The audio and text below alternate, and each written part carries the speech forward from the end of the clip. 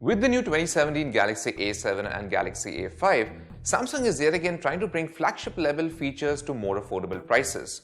This time, the main attraction here is the IP68 dust and water resistance.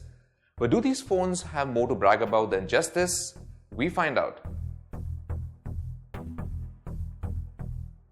The two smartphones are virtually identical in terms of build quality, design, features and specifications. The only real difference are the bigger screen and the battery on the Galaxy A7. As far as ergonomics go, the A5 is a lot easier to live with because of its size. In comparison, the A7 feels heavy and bulky. The blend of metal and glass makes these phones look and feel very premium, although we found the backs to be a bit bland.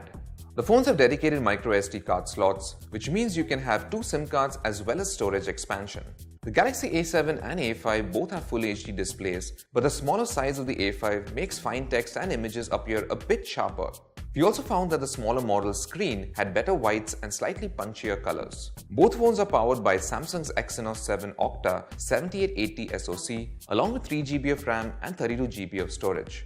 UI and app performance is good and we didn't really face any major hiccups. However, we did notice intermittent choppy frame rates in some visually heavy games. Samsung's take on Android is similar to what we've already seen with the Galaxy S7 series and this year's C9 Pro and C7 Pro. There are a ton of customization options along with value-added services such as Samsung Cloud, which offers 15GB of cloud storage for backups. However, the older version of Android is a bit disappointing. There are two notable software features here. The first is S-Bike mode, first seen on the company's Galaxy J series, which helps prevent distractions when riding a bike by deferring phone calls. The second is Samsung Pay, which works with NFC and MST terminals to let you make payments just by tapping your phone.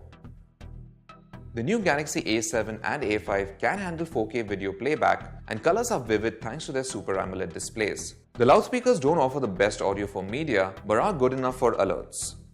The Samsung Galaxy A7 and A5 feature 16-megapixel front and rear cameras with the same f1.9 aperture. Focusing isn't very quick on either phone, which makes it tough to capture good shots of moving subjects. Macros were tricky to get too, as many of our pictures ended up with a soft focus. The level of detail captured is average at best. The large aperture does help keep noise under control in low-light shots, but details go for a toss. Video recording maxes out at 1080p and quality is decent. We would have liked 4K support here. The front camera takes decent shots in good lighting, but again lacks good detail. The camera app is easy to use, but doesn't have the best design. There's no auto HDR mode, which means that landscape shots often end up with underexposed areas. Pro mode feels half-baked too, as the ISO only goes up to 800 and there's no way to control the shutter speed.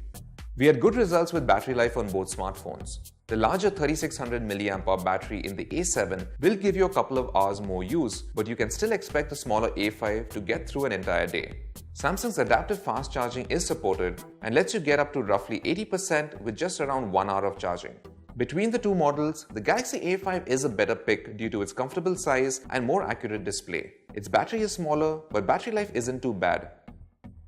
The A7 is bulky and heavy and you aren't really getting a whole lot more for the 4000 rupee premium other than a slightly bigger display and little more battery life. The A5 has a more attractive price tag too.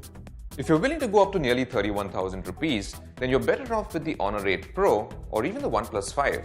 So thanks for watching, and for more tech videos and reviews, log on to gadgets360.com.